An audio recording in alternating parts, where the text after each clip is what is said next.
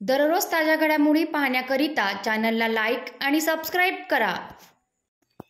Police Thane Pardi हद्दीत राहणाऱ्या 28 वर्षीय फिर्यादी यांची 8 वर्षीय अल्पवयीन मुलगीला घरी एकटी पाहून एका अनोळखी व्यक्तीने तिच्याच घरात जबरदस्तीने तिच्यासोबत अश्लील चाळे करून जबरीने संभोग केल्याची तक्रार फिर्यादी यांनी 6 दिवसापूर्वी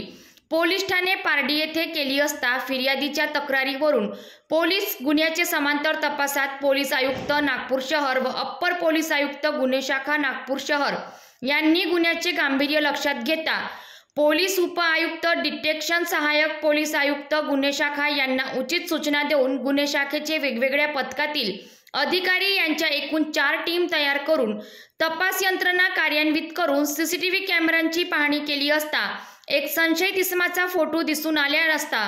आरोपी बाबत सामाजिक सुरक्षा विभागाचे अधिकारी व अंमलदार यांना मिळालेल्या खात्रीशीर बातमीदाराच्या माहितीवरून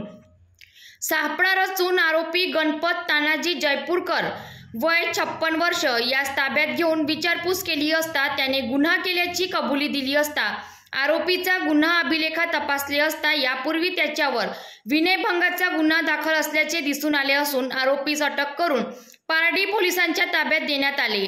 आरोपीला न्यायालयासमोर हजर करून 26/9/2024 पर्यंत पोलीस कोठडी प्राप्त करण्यात आली असून पुढील तपास सुरू आहे।